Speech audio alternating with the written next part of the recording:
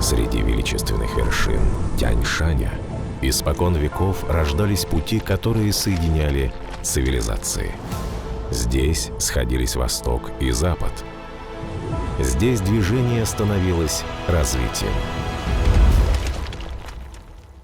Центральная Азия вновь формирует потоки возможностей и открывает дорогу новым экономическим лидерам.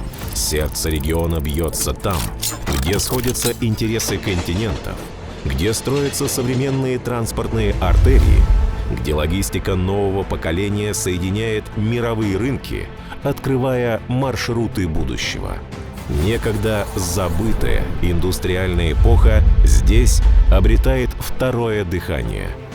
Современное производство, цифровые технологии и промышленный потенциал закладывают прочную основу для экономического рывка.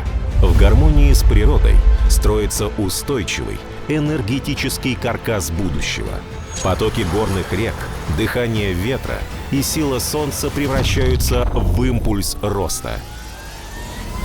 На стыке самобытной культуры и дикой природы рождается новое измерение мирового туризма, где сплетаются великое наследие, исторические связи и стратегические партнерства, формируя новую точку притяжения для поколений, регионов и государств.